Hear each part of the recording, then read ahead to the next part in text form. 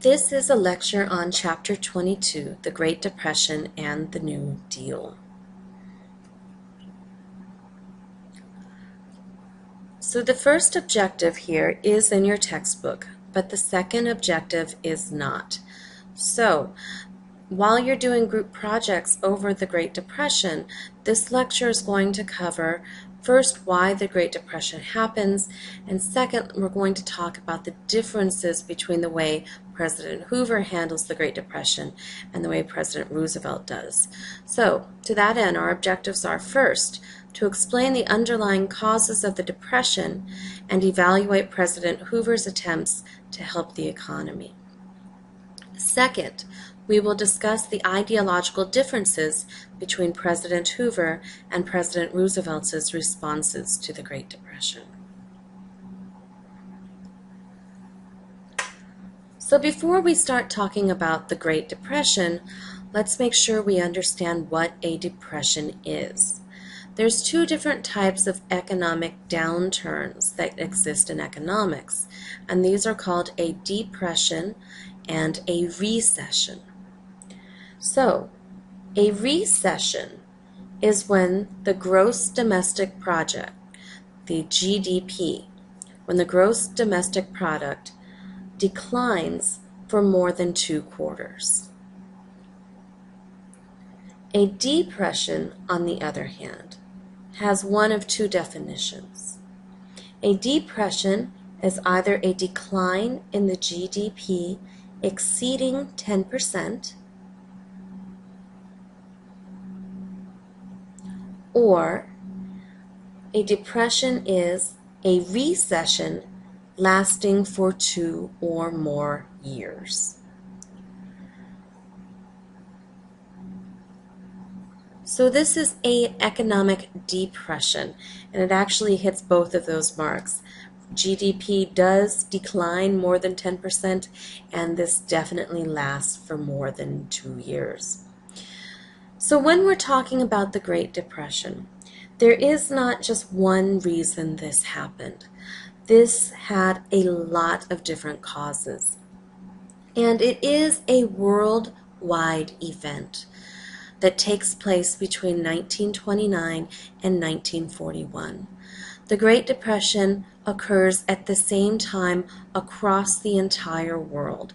So while the United States is struggling economically during this time period, so is Europe, so is Asia, so is everywhere else that's industrialized. This is only ended by World War II. The only thing that ends the Great Depression is the Second World War. The New Deal makes people feel good, but it doesn't solve the problem. It is the Second World War that solves this. This is the largest economic crisis in modern history, and at its peak in 1933, 25% of all Americans will be unemployed. So, this is an incredibly significant event in U.S. history, and it's significant for a number of reasons.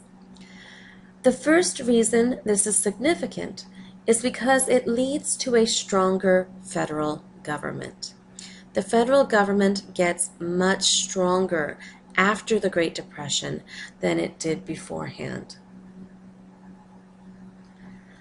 A second reason this is significant is because after the Great Depression, we will have increased regulations in the economy. Because arguably one of the reasons the Great Depression happens is that there's not any oversight over what's going on in the economy, some of the reforms that will happen is that the economy will become significantly more regulated after the Great Depression. Third, thanks to the Great Depression, we will finally in America have the creation of a social safety net. Prior to the Great Depression, if you were poor and couldn't afford food, that was too bad. Maybe a church could help you, but certainly the government would not. If you were too poor and old and didn't have a pension, too bad. Maybe your relatives will help you, but the government certainly will not. that changes with the Great Depression, and we finally have a social safety net established. Though it must be said, by world standards, it is a pretty poor social safety net. And finally, this is incredibly important because it changes the entire conversation about government.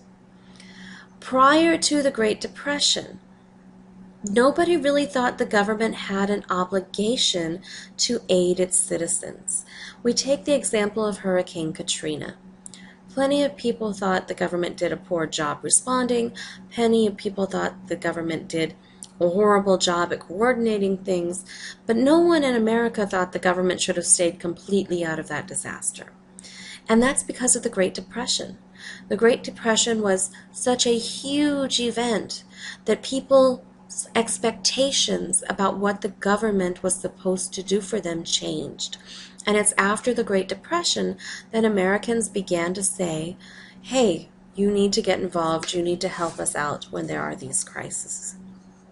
So, I'm about to talk to you about the more important causes of the Great Depression, but keep in mind on the following slides, these are my opinion as to what the greatest causes were. Historians and economists are still arguing about what caused the Great Depression, so if you ever definitively find it out, make sure you give a shout out when you're receiving your Nobel Prize. In the meantime, these are the most important causes, in my opinion, of the Great Depression.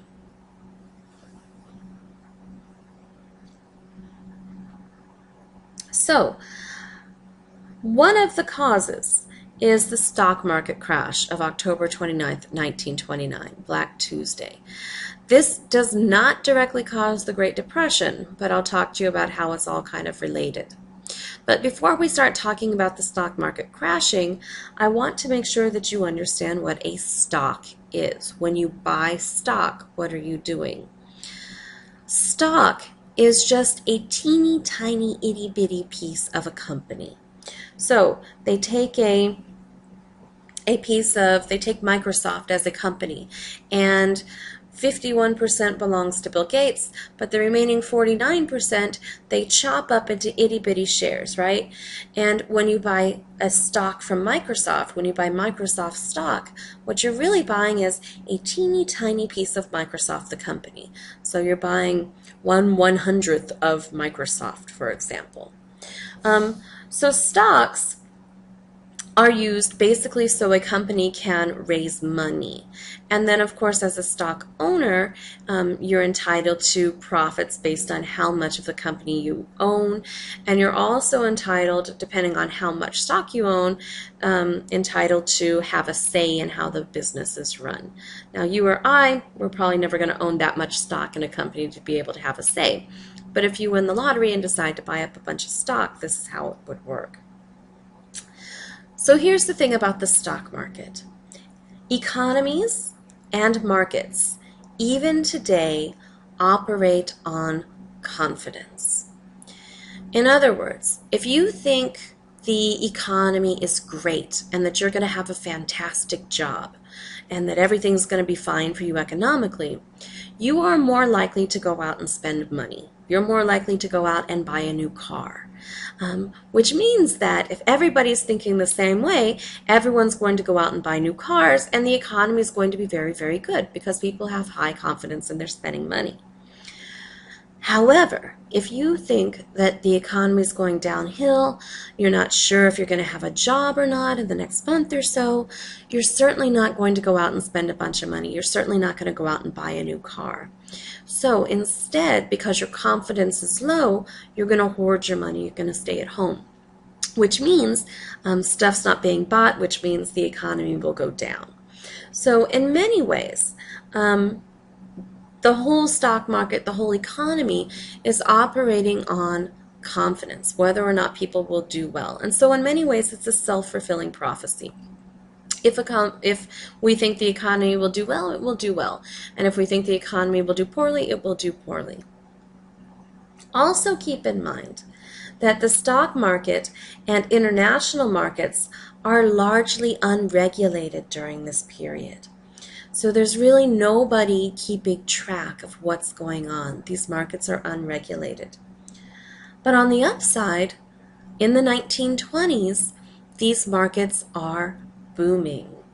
The 1920s, the stock market continuously goes up and the economy is booming. And we have lots of reasons for this growth. Part of the reasons for this expansion is that business profits are up thanks to friendly government policies in the 1920s.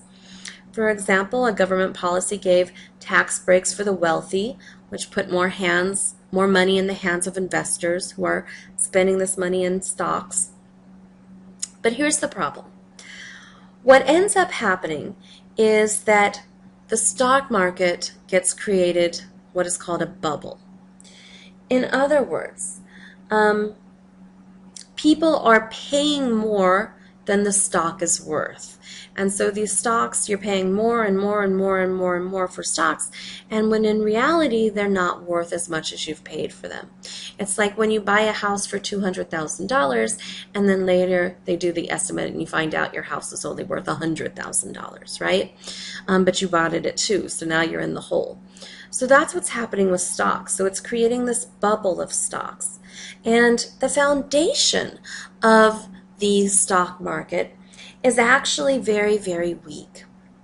Now, there's lots of debates as to why it's so weak, but one of the biggest reasons was because people are buying stock on credit. And this was called call loans, when people were buying stock on credit. Now, here's how this would work. An investor would put down 10 to 50% for a stock price. But if the stock fell below a certain price, the loan could be called in and he would have to pay it all back. So here's what they're doing. They're doing things like, say there was a stock worth $100. So instead of paying $100 for the stock, he's going to put down 10%. So he'll put down $10 and get that $100 stock. Now, if the stock price ever fell, in theory, they could say, okay, you need to give us the full $100. But in the meantime, he just has to pay the 10 and he can make payments on the rest. But here's where this all kind of falls apart, right? Because now he's got this $100 stock. And he can use this as collateral for another bigger stock, right?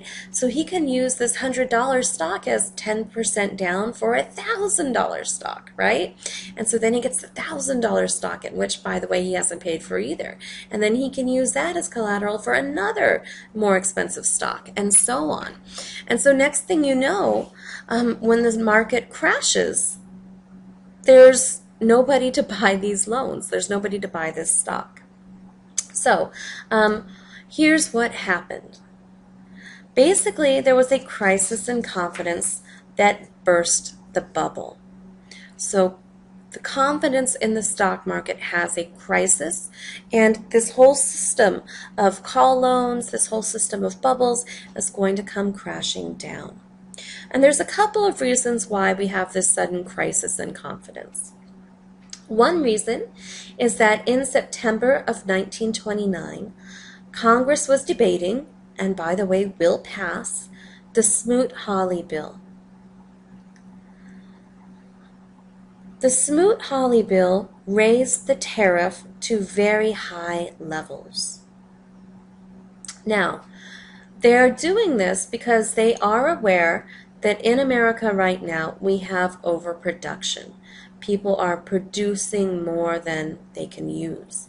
And what they wanted was for people to buy American products. So they make the tariff really high so exports can't come in as easily, so people will buy American products and actually help with this overproduction problem.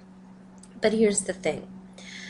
It's a law of nature. Whenever you put a tariff on one country, that tariff will turn around and put a retaliatory tariff on you. If I'm going to charge you $5 to come in from Mexico, Mexico will charge you $5 to come in from America. It's just the way it works. And so this actually makes things worse because other countries react to the Smoot-Hawley bill and they raise their tariffs to really high levels, which means all those overproduced goods that we were hoping if Americans didn't buy, maybe we can sell them overseas. Now we can't sell them because the tariff is so high. So this is one issue. Overproduction is kind of crunching in on itself. In that same month, in September of 1929, we also have something go on in London. And this is when the London Stock Exchange crashes. And it crashes thanks to a massive fraud bust. There was a whole bunch of shenanigans going on over there. But this really hurt U.S. investors who were heavily invested in the London Exchange, and also added to that crisis in confidence. If London's crashing, where's next? And finally, also in September, the Federal Reserve Board is going to raise interest rates. Interest rates are the interest that you pay on borrowed money. So, when the Federal Reserve raises interest rates, it makes borrowing money more expensive. And so, people are going to end up borrowing less. And the idea here was they're hoping that if they can cut back on lending, maybe they cut back on people buying all those call loans, maybe we cut back on speculation. But here's the problem. Money follows the same laws of supply and demand that everything else does. So, less money means less people buying stock, which means that the demand for stocks are lower, which means that prices for stock begin to fall. So come with me again, I'll say this again. If there's less money, it means people are borrowing less, so they are buying less stock. If they're buying less stock, it means the demand for stock is less. And if the demand for stock is less, it means the price for stocks begin to fall. So now remember, we go back up to those call loans. Remember, people didn't pay the full price when they bought their stock. They only put a down payment on. And with the caveat that if this stock price falls, you have to pay back the loan. So all of a sudden, prices for stocks start falling. So banks start calling in their loans. But here's the thing. People can't afford to pay. They don't have an extra $100 lying around. And so the only thing they can do is try to sell their stock and get money back. And so once they sell their stock, it means that there's even more supply out there, which makes demand go lower, which makes prices fall even lower, which means more banks call in their loans, which means more people try to sell their stock, which means there's more stock out there, which means the price is lower, which means there's more banks calling in their loans, and it snowballs. And eventually, it leads to a selling frenzy. And when there are no buyers for a stock in a stock market, that's when the market crashes. That's what the crash means, that there are no buyers for stock. So, does this cause the Great Depression? Well, not really. This isn't the cause of the Great Depression because only 16% of the entire population owns stock. And only 10% of the national wealth is lost in the crash directly. But here's the bigger issue.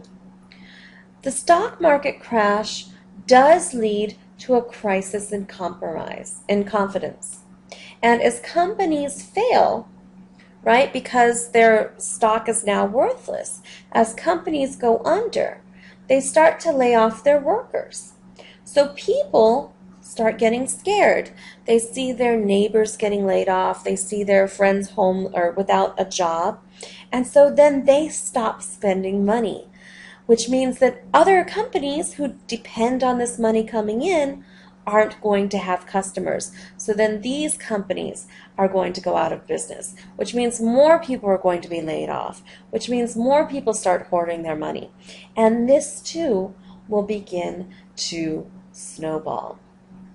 So by October 29th, 1929, the stock market crashes. There are no buyers for stock in the market. And it will snowball from here.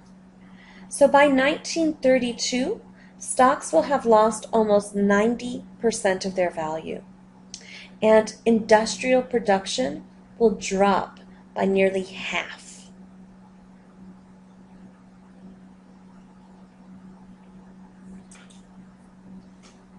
A second cause of the Great Depression are going to be bank failures.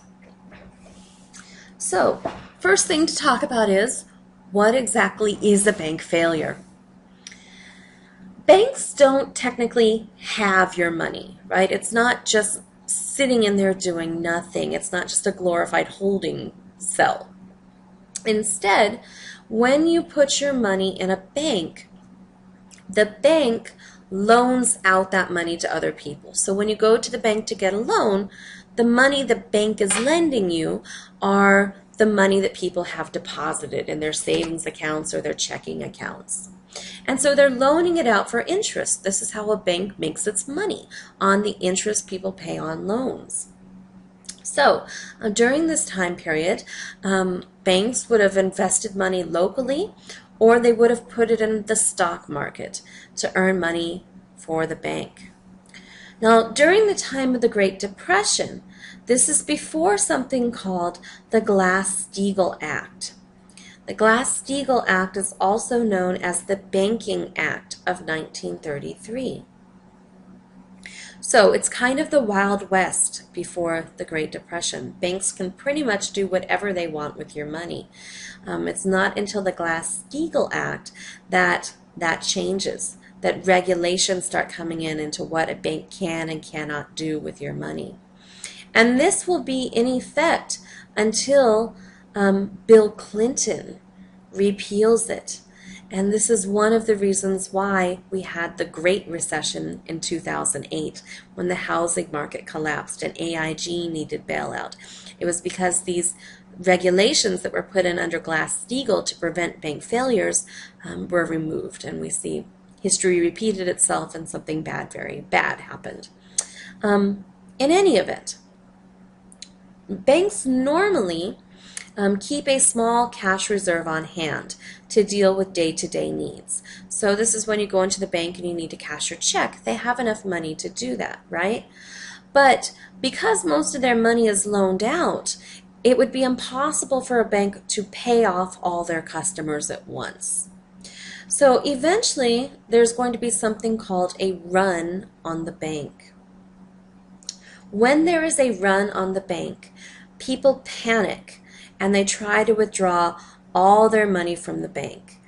And this happens right around the time of the stock market crash. Because remember, the market is crashing and people are worried. And so everybody runs to the bank to try to take their money out to make sure that their money is safe. But here's the problem. The bank doesn't have all your money. It's loaned out. They can't give it to you. And also, remember that these banks have probably invested money in the stock market. And so a lot of that bank's money, a lot of your investments or your deposits are simply gone. And remember, the banks do have money on call that because the stock market has crashed, they can't pay that back either. So the bank is basically out of money. Their customers are demanding it. They've lost it in the stock market. And so a bank fails when it goes bankrupt, when all of its cash is withdrawn and they don't have enough money to pay their depositors or their creditors. So during this time period, if a bank went bankrupt, your money was gone, period. There was nothing to help you. If the bank went under, all of your life savings, all of your deposit, all of your money is just gone. And this is why if you have a grandparent or a great-grandparent that doesn't trust banks and prefers to bury their money in the backyard, it's because they lived through the Great Depression when their money was just gone.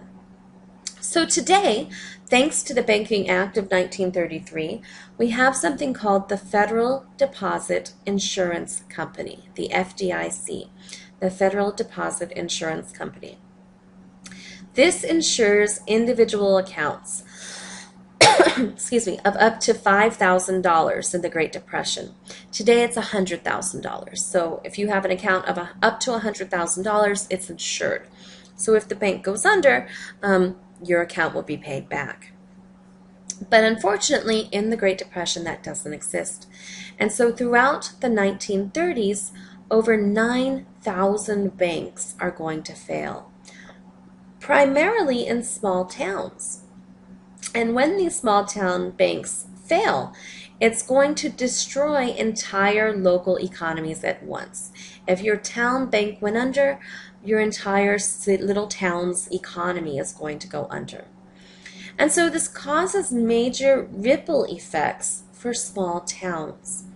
Many small towns will lose all of their money and just simply disappear. And in Webb County, for example, that's why there is basically one city, right? Laredo. And that's because all the surrounding little towns disappear during the Great Depression because they fall under. So this causes major ripple effects for small towns. But it also causes major ripple effects for farmers. So here's what's going on here. Remember, in World War I, there was great demand for food. Europe needed to be fed in addition to America. And so farmers were making a lot of money. And so if you're a farmer, the way you make even more money is to plant even more crops. And in order to plant more crops, you need more land to plant them on. So farmers are going to head to a bank to get a loan to buy more land. And they're usually going to be using land as their collateral. So during this time, when they're buying up all this land and growing all these crops, the demand for land is going to be artificially high. It's creating a bubble there. And so the price for land is also going to be artificially high. But once World War I ends, and once Europe's back on its feet feeding itself, those nasty supply and demand laws kick back in for farmers. Because remember, more land means they're growing more and more crops. But food is relatively inelastic. Just because you won the lottery doesn't mean you go out and buy all the bread that you can. Bread consumption remains relatively stable. So what ends up happening is that the market becomes saturated with crops. There's lots and lots and lots of crops out there.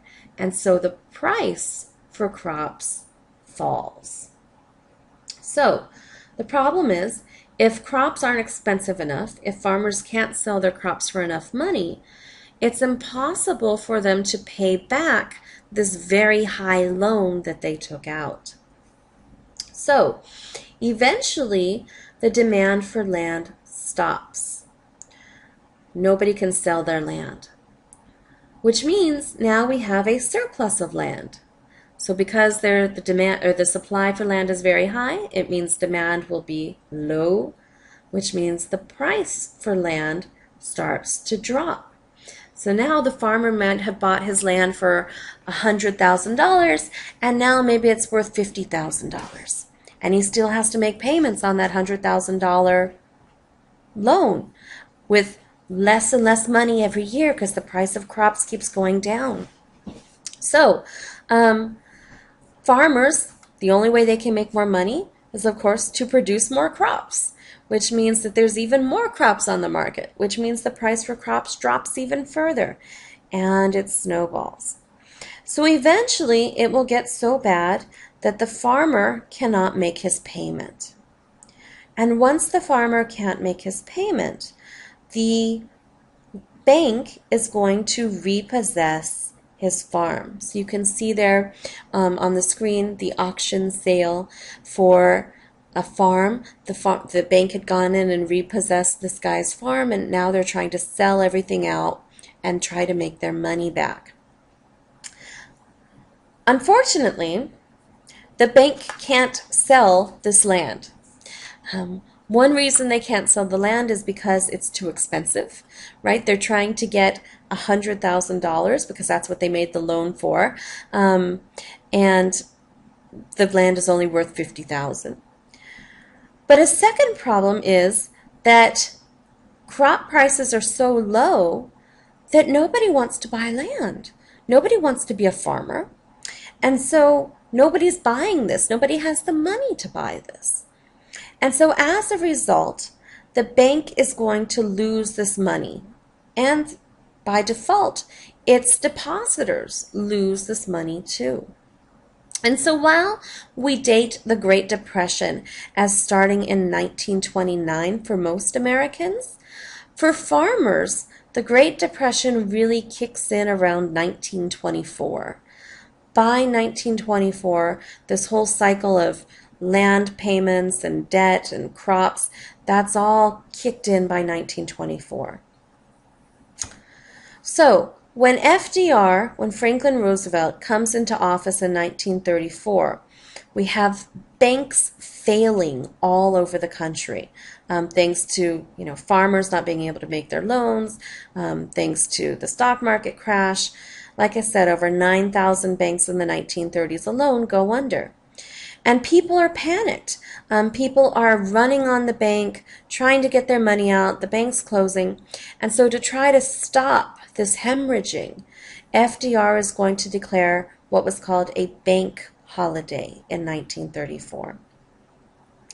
And the bank holiday was when FDR closed all banks for 4 days.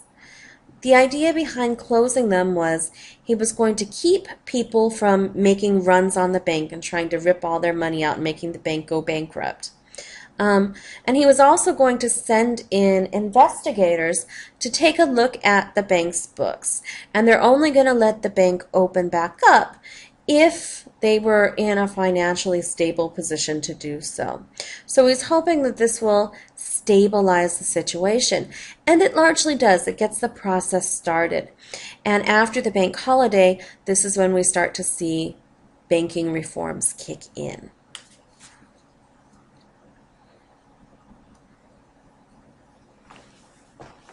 So our third cause of the Great Depression, and it's something that we've already talked about a little bit, is this problem of overproduction and underconsumption. So in the 1920s, the economy was booming. And part of the reason that the economy is booming in the 1920s is because of consumerism. Americans are buying goods and services at a much increased rate. This is partly how the middle class defines itself, by its culture of consumption. And so, the economy in the 1920s becomes built on consumerism, becomes built on Americans spending money to buy goods, on Americans spending money to buy services.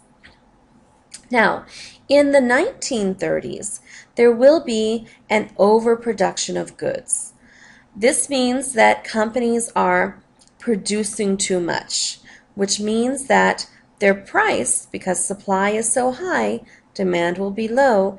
It means that their price is also going to be low. And there is also going to be underconsumption, meaning that people are not buying enough products. And once again, companies are losing money. So the American economy really begins to get in trouble in the 1920s. Even though on the outside it looks like the economy's booming, early trouble is starting. One problem that we see in the 1920s we just talked about are those farmers. Since the early 1920s, probably since 1924 thereabouts, farmers have been in an economic depression. So they're not buying very much, and they are adding to this overproduction. A second problem that we see in the 1920s is that home construction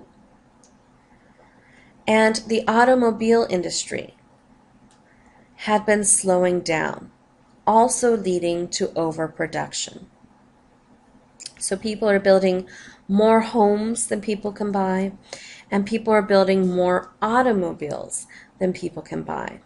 So this is overproduction, meaning that the price for these goods is going to continue to fall.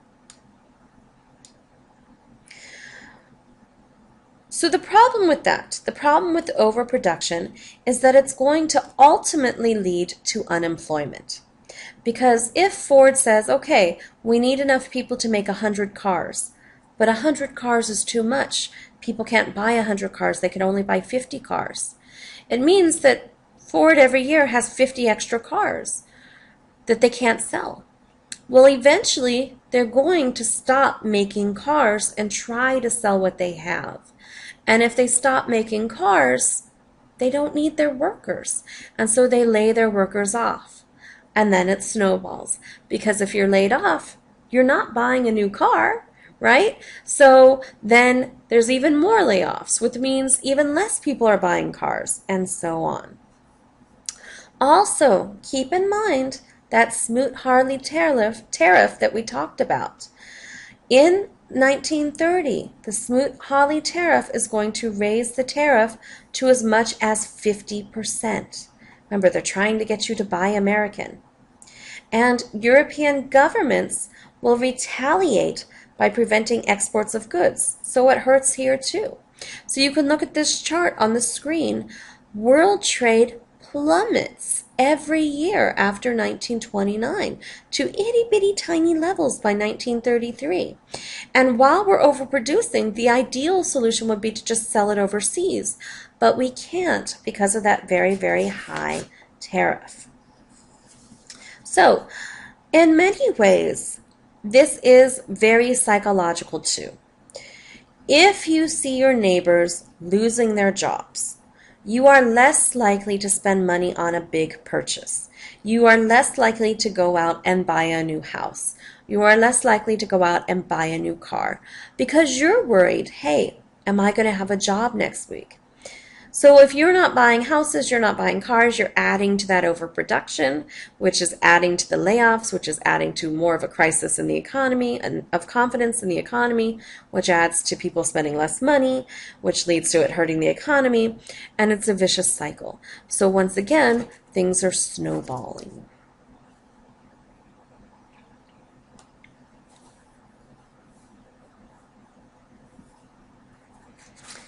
Our next cause of the Great Depression is a bad and worsening distribution of wealth.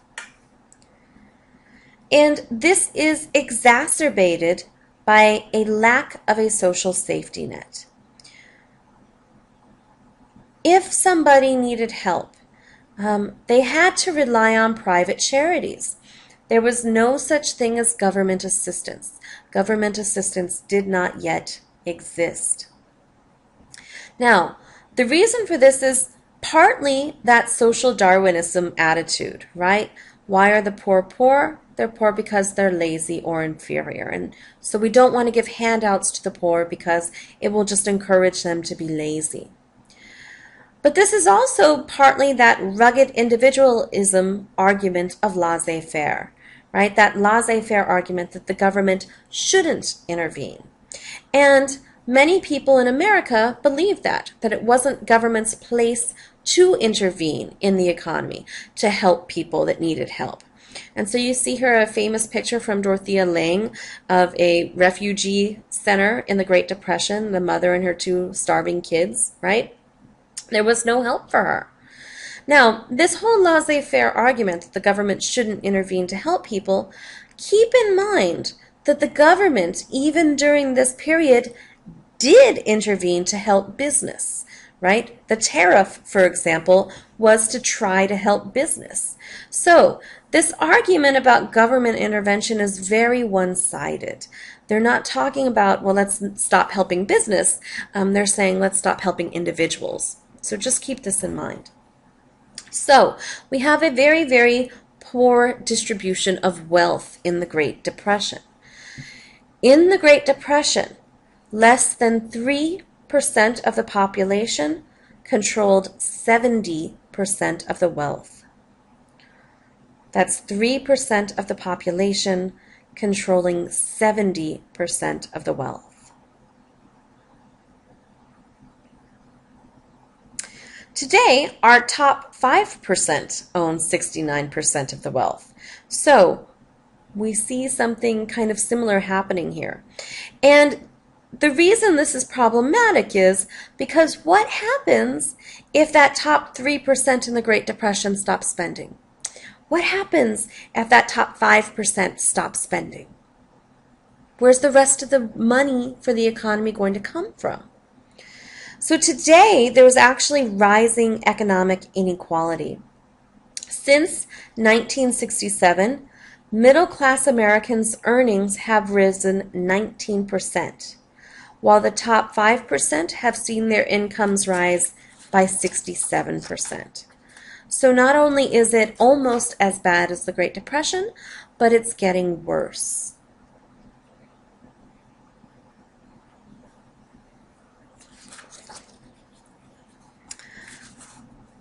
So the final cause of the Great Depression I'd like to talk about is international financial instability. So Europe's economy is facing many of the same problems that America is. There's declining industrial production, there's low agricultural prices, and of course there's over-speculation in the stock market. But in addition to these problems, right, industrial production declines, low agricultural prices, over-speculation in the stock market, the bigger problem that we see was the lending structure created by the Treaty of Versailles. Remember, the Treaty of Versailles ended World War I, but it set up a system of German reparations. And one of the reasons this is so bad is because these German reparations were open-ended. They basically told Germany, you're going to pay until we're happy, and only then will you be allowed to stop paying. Which means that this is impossible for Germany to plan for.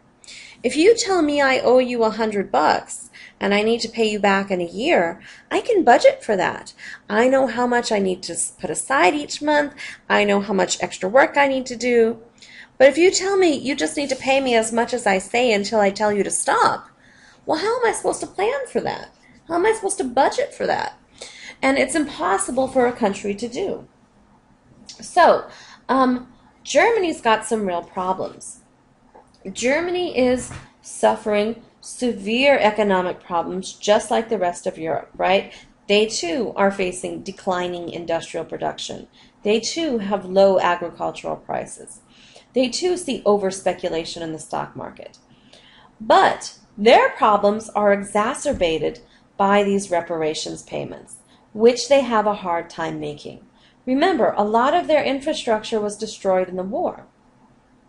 Things get even worse in January of 1923, after Germany fails to make a scheduled payment. When Germany failed to make its reparations payment, we're going to see Belgium and French troops occupy the Ruhr Valley. And these German and Belgian troops are going into the Ruhr Valley because this is an industrial zone in Germany. This was kind of the one area that Germany had to make its money. And so Belgium and France basically go in and take it over in an attempt to force payments. Well, what this meant, once Germany loses the Ruhr Valley to Belgium and France, is that its one area where it could make money is basically gone. And so, but of course they still need to make their reparations payments. And so in an attempt to kind of solve this problem, Germany just starts printing money. And they print so much money that they cause something called runaway inflation, where their currency was basically worthless. There are stories of people having an entire wheelbarrow of Deutschmarks going to the bakery trying to buy bread. There are pictures of people setting the Deutschmarks on fire and burning them in their stoves because it was cheaper to do that than to buy firewood. So inflation gets incredibly bad, which of course destroys the currency and destroys the economy. So it's not going to be until November 1923 that their currency is finally going to be stabilized. But this runaway inflation is going to bankrupt many people. And it's so bad at the end of the runaway inflation when they introduce a brand new currency that the exchange rate is going to be 1 trillion to 1. Trillion with a T to 1. That's how bad the inflation got. So to try to stabilize this situation, there's going to be an international committee led by an American named Charles G. Dawes in 1924. And this committee comes up with the Dawes Plan in 1924. The Dawes Plan did two things. First, it eased reparations payments. And second, it led to an influx of American loans. So lots of loans are going into Germany. So what this basically does then is it creates an international triangle of finance. So America is sending money to Germany in loans. Germany is then using those loans to pay England and France their reparations. And then England and France are using those reparations payments to pay back the U.S. the money that England and France had borrowed during World War I. And then the U.S. uses that money to make a loan to Germany. Germany then uses that loan to pay England and France. And then England and France use that money to pay back the U.S. the billions of dollars that they had borrowed in the war. And this whole thing just kind of cycles. But in October of 1929, after the stock market crashes and the bank failures start snowballing, these loans to Germany dry up. And once these loans to Germany dry up, the whole international system collapses. And so the Great Depression really does become a worldwide event. Germany collapses, England and France don't get the reparations, they collapse, the whole system falls down.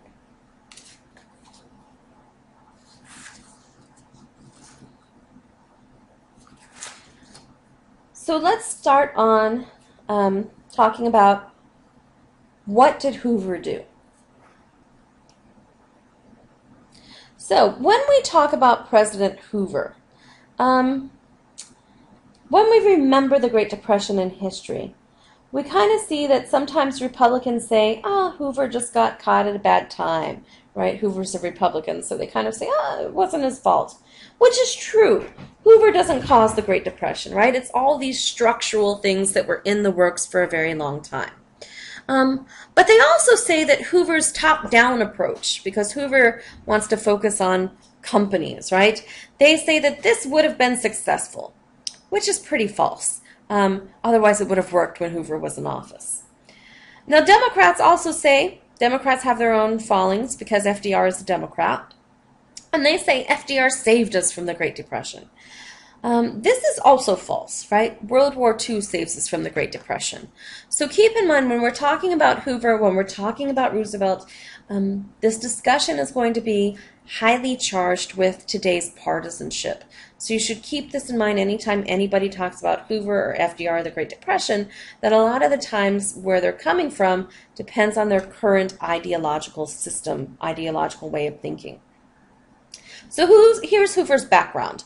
To understand how Hoover is working, you need to understand where he comes from. Herbert Hoover is actually one of those rare American rags to riches success stories. He really is one of those rags to riches things. He was actually orphaned as a young man, so his parents died when he was young, and he actually becomes a millionaire in the mining industry. Gets into the mining industry and he becomes a millionaire. So if you would have asked him, why are you successful? Hoover credited his success to those mainline Protestant morality arguments of self-reliance, hard work, and individualism. So he is a big believer in that mainline Protestant morality, in social Darwinism, right? That you need to have self-reliance, you need to work hard, you need to pull yourself up by your bootstraps, and that's how you succeed in America. He also firmly believed that government intervention in the economy was socialism. And remember, socialism is to be dreaded and avoided at all costs. So he does firmly believe that government intervention in the economy was socialism.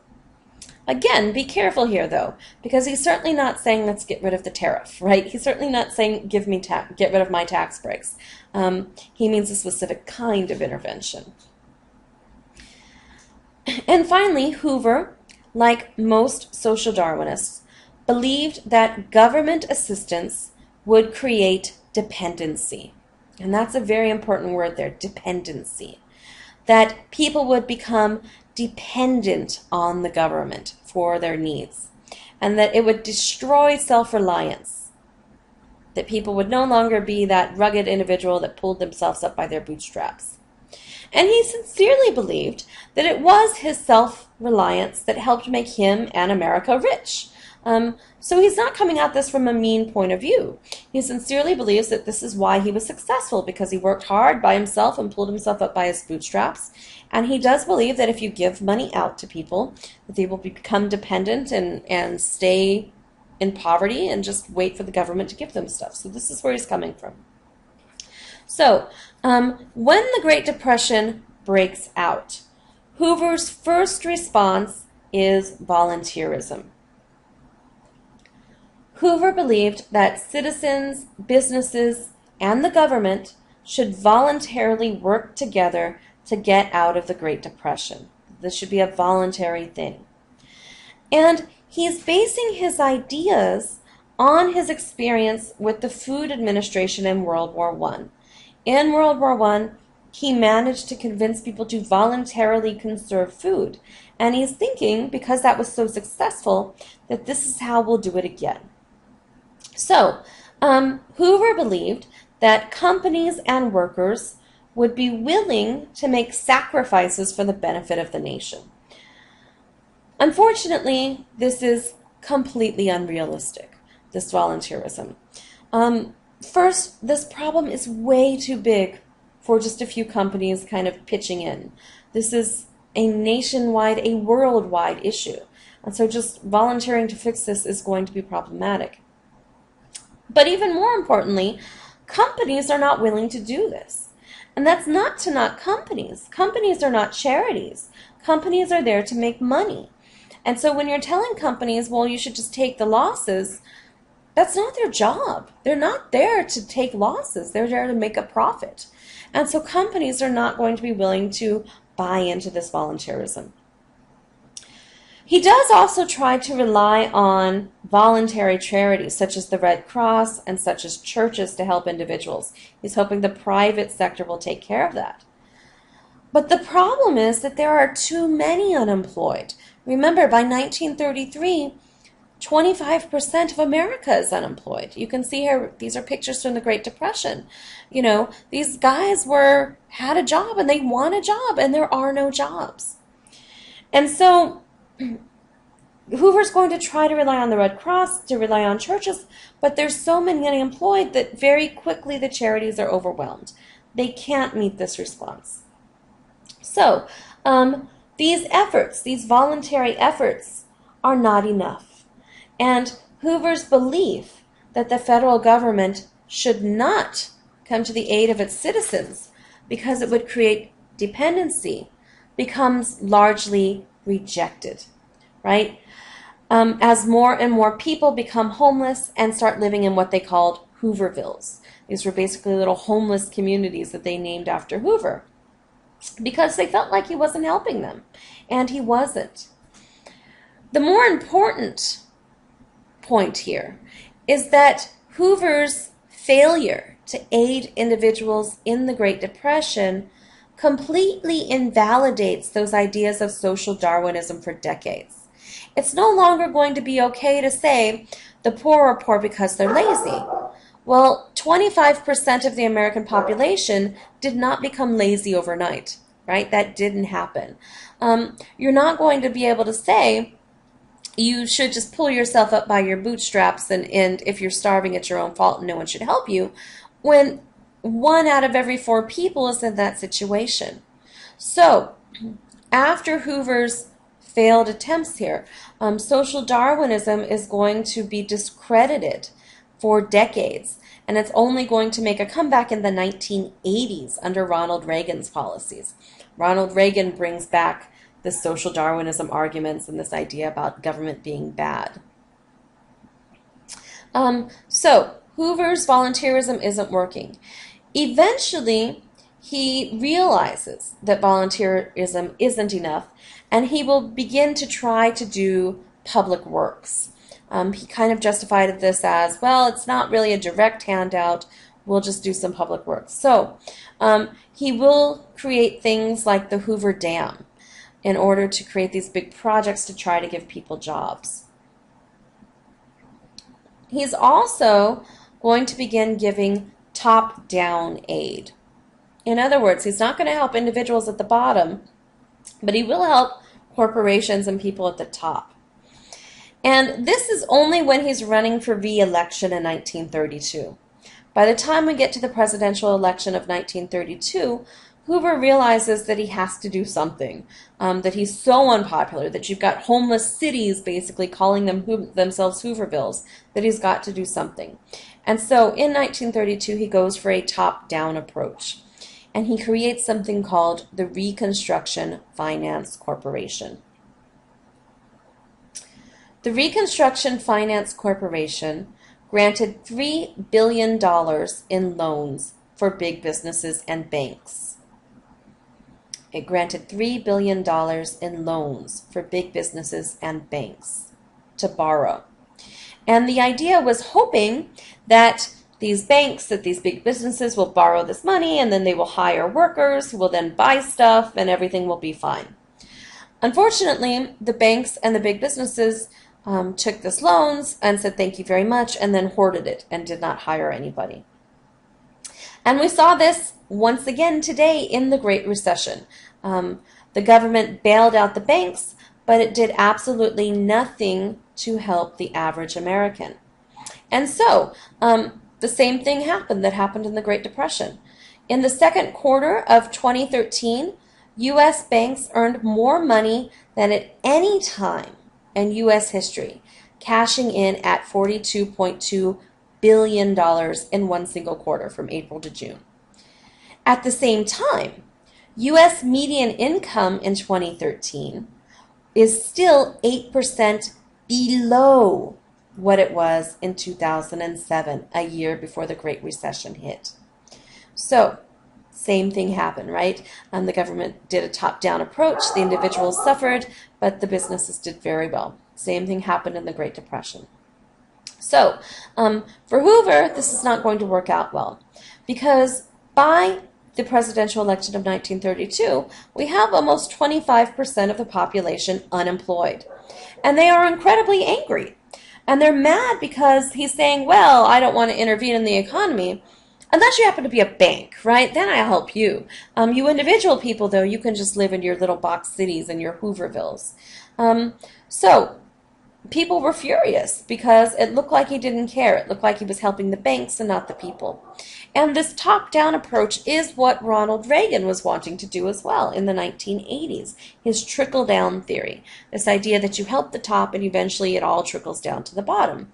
But as you can see here in the Great Depression, and as you can see what happened recently in the Great Recession, this trickle-down theory doesn't really work in practice. The final thing Hoover tries to do is he tries to use psychology, right? He understands that on a certain level, the economy is a function of what people think it is. it's a function of what people believe. Is the economy doing good? Well, if I think so, then I spend more money and the economy does good, and vice versa. So he's actually going to be using newsreels to try to spread this propaganda that things are getting better, that things are great in the country. And so he's going to show in these newsreels, right, like Hoover and his wife decked out in their Sunday best, at a table with a big spread, lots of food, and talking about how good things are in America. And he's hoping that people will look at that and go, oh, well, I guess things are good because look, the president's eating well. Unfortunately, this backfires, right? Because you have people living in Hoovervilles. And so they looked at him eating this food and they were like, what a jerk. He's eating while we're here starving. It's terrible. So Hoover is not handling the Great Depression very well.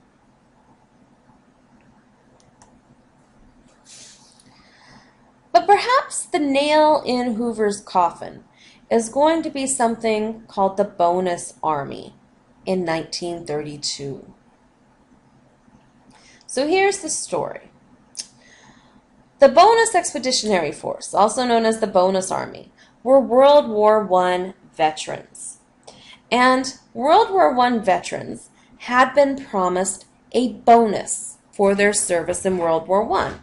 And they were supposed to get their bonus in the 1940s. But because the Great Depression is upon them, because most of them are out of work and starving, they and their families go to Washington, D.C.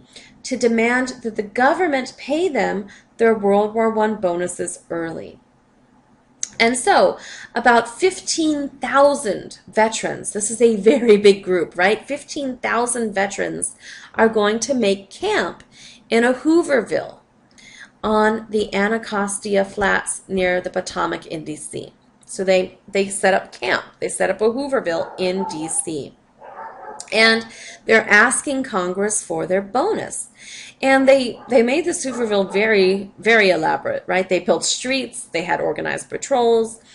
Hoover, however, President Hoover opposed the payout. He said that this is going to be too costly to do it. And Hoover basically refuses to negotiate. And it becomes official in June of 1932 when the Senate voted down a bill that would have paid these bonuses early. So after this, the veterans are very upset and they decide to stay at their campsite trying to force Hoover to act, trying to force the government to negotiate. Everything comes to a head in July of 1932 when the Attorney General, a guy named William Mitchell, is going to order the Washington, D.C. police to remove the veterans. Remember, they've set up a big camp. So the D.C. police are going to head in to try to remove the veterans. And so the veterans leave, but they simply move back in once the police leave. And they end up trapping two policemen in a building. And these police panic and they shoot and they kill two veterans. So after this shooting takes place, Hoover, who already thought this looked bad, right? It's not good to have 15,000 homeless veterans on your front yard. He's actually going to order the army to evict the bonus marchers. You know, the police weren't doing the job, so he's going to bring in the army. And so a lot of the famous people you're going to learn about in World War II are actually involved in clearing out the bonus army. You have General Patton, General MacArthur, General Eisenhower. They're all involved here. So Hoover thinks this looks bad, so he orders the removal of all the protesters, and he sends in MacArthur and Patton and Eisenhower to get rid of them. And he sends in tanks, and he sends in a cavalry charge, and he sends in infantry with fixed bayonets, and they're using tear gas, and they're entering the camps and burning them to the ground, and movie cameras capture it all. And the video is so compelling, and it's shown in movie theaters across the country, that FDR, once he saw the video, he looked over at his friend and he said, "We've just won the election." because America has a special place in its heart for veterans. We don't like to see our veterans maltreated, and we certainly don't like to see them being attacked with tanks and burned down out of their little boxes. So, after the Bonus Army in 1932, this is kind of going to be the nail in Hoover's coffin.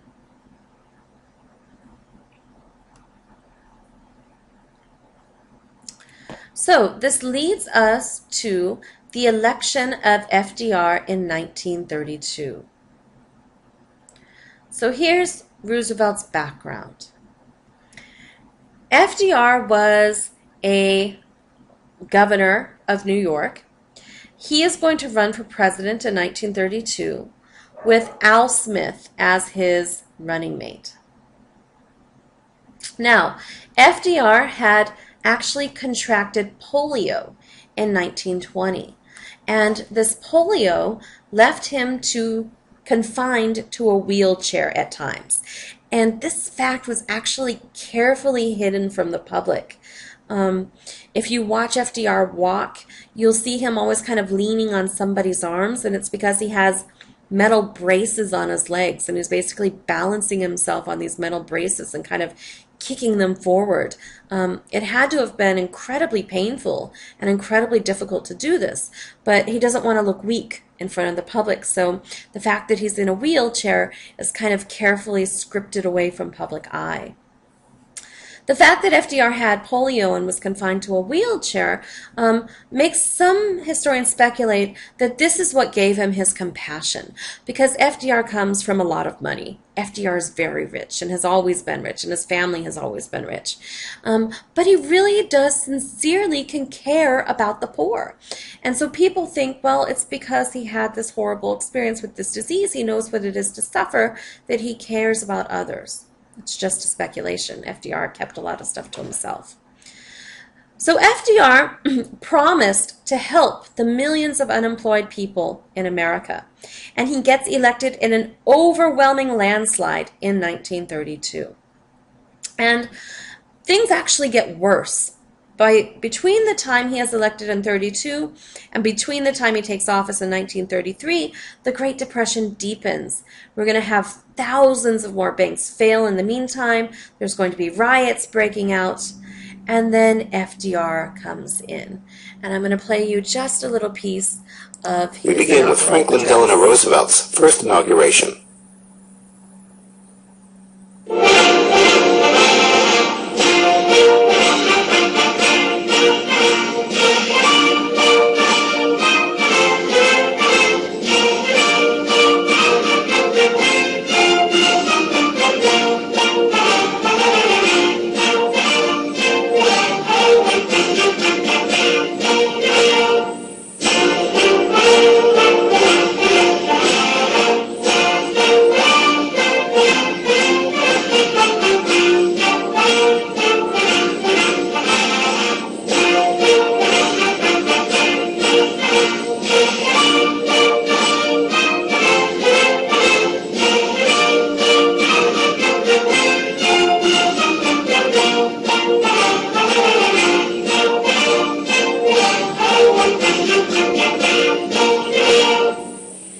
Franklin Delano Roosevelt, do solemnly swear that you will faithfully execute the office of President of the United States and will, to the best of your ability, preserve, protect, and defend the Constitution of the United States, so help you God. I, Franklin Delano Roosevelt, do solemnly swear that I will faithfully execute the office of President of the United States and will, to the best of my ability, preserve, protect, and defend the Constitution of the United States. So help me God.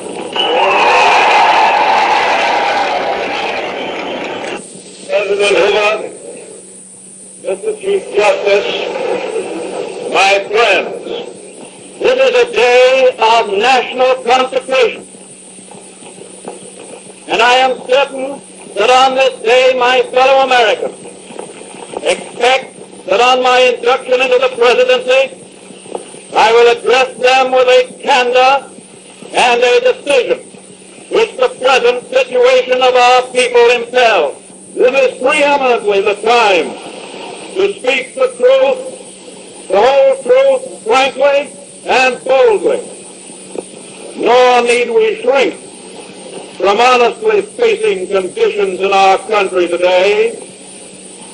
This great nation will endure as it has endured, will revive and will prosper. So first of all, let me assert my firm belief that the only thing we have to fear is fear itself, nameless, unreasoning, unjustified terror, which paralyzes needed effort to convert retreat into advance. In every dark hour of our national life, a leadership of frankness and of vigor has met with that understanding and support of the people themselves, which is essential to victory. And I am convinced that you will again give that support to leadership in these critical days. So FDR comes in and he declares, "We will endure. The only thing we have to fear is fear itself." And this is a completely different tone from what Hoover was giving, right? Hoover's just like, no, there's no problem. Kill the veterans, right? FDR comes in and is like, listen, we're going to get through this. We are a fantastic nation. We will survive this, and there's nothing to be afraid of. The only thing to be afraid of is being afraid. And he will ask Congress for the power to wage war against this great emergency. So, FDR had completely different beliefs than Hoover did. FDR sincerely believed that the government had a responsibility to aid the lives of ordinary Americans. This is completely different from Hoover, right? Who said that, rugged individualism, pull yourself up by your bootstraps. FDR says, no, the government needs to make sure that America has, that America's leaders help its people. And he wins on an overwhelming landslide in 1932. It's not even close.